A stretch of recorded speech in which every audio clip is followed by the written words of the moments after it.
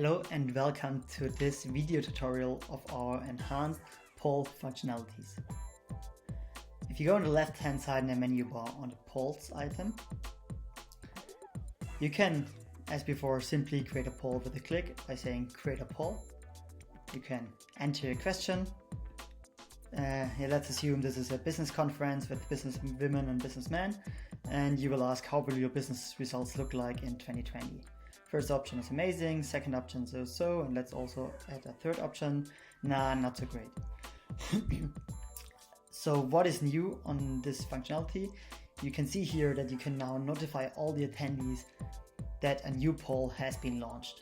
Notifying means it pops up, and let's have a look how this will be shown to all the attendees in a second.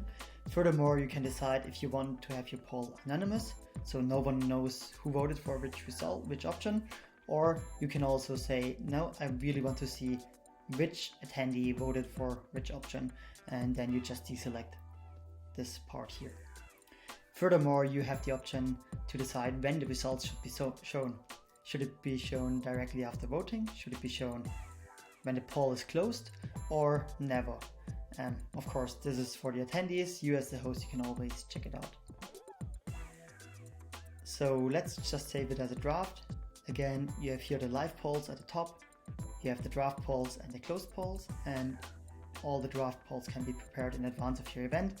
You simply go on them and then launch them whenever you're ready and want to have them launched, and that's exactly how it will pop up to all the attendees. So here you can see on this field, you can select your preferred option, and after clicking on vote, you will immediately see the results. And if others are now continuing to vote, you will see the updates here as well.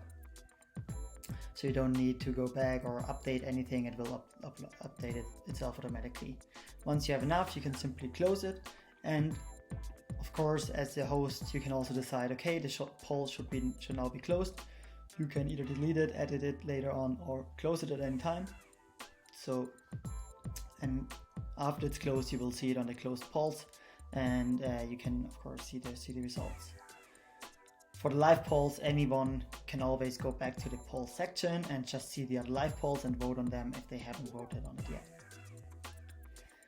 So let's have a look at the cockpit, which is where you manage your event, and now also you can download all the results of all the previous polls.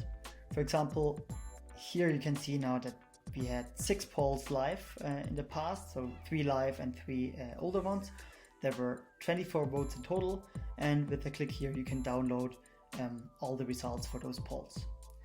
If you want to download the results of the non-anonymous polls, so to really see which attendee voted for which result, you'll click on that little icon and the CSV file will be created just for you.